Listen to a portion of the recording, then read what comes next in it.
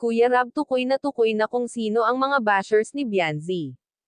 Bianzi, hindi na kinaya ang mga panlalait ng mga basher.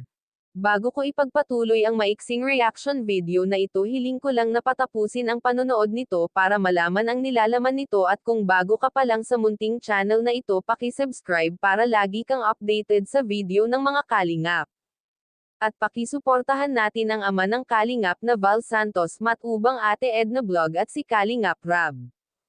Isang mapagpalang araw sa inyong lahat mga kalingap, at shoutout nga pala sa patuloy na sumusuporta sa aking YouTube channel, lalong-lalo na sa mga viewers natin na walang sawang nanonood at sumusuporta. Maraming salamat. Mga kalingap, ito na nga pinangalanan na ni Kalingap Rab ang mga nangbabash kay Bianzi dahil hindi talaga tumitigil itong mga basher na ito hanggat hindi sumusuko si Bianzi.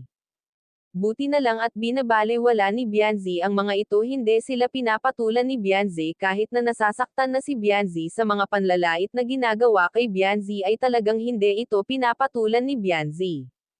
Pero sa totoo lang ay may sinasabi na rin si Bianzi sa mga magulang nito na parang hindi na niya kaya ang mga bashers na ito.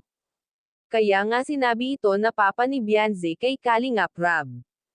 Kuya Rab, tukoy ng kung sino ang mga bashers na ito na nanggugulo kay Bianzi.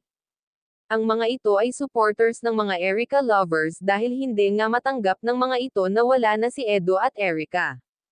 Dahil hanggang sa ngayon ay patuloy silang umaasa na magkabalikan si Edo at Erica, pero nang makita ng mga ito ang kumakalat na balita kay Erica at kumakalat na mga larawan, ay karamihan sa kanila ay umayaw na at gustong bumalik sa kalingap. Mabuti naman at natauhan na kayo mga e-lovers.sa, ngayon siguro mababawasan na ang mga nangbabash kay Bianzi dahil natukoy na kung mga sino-sino sila. Hanggang dito na lang muna ang update ko mga kalingap, maraming salamat at God bless sa inyong lahat.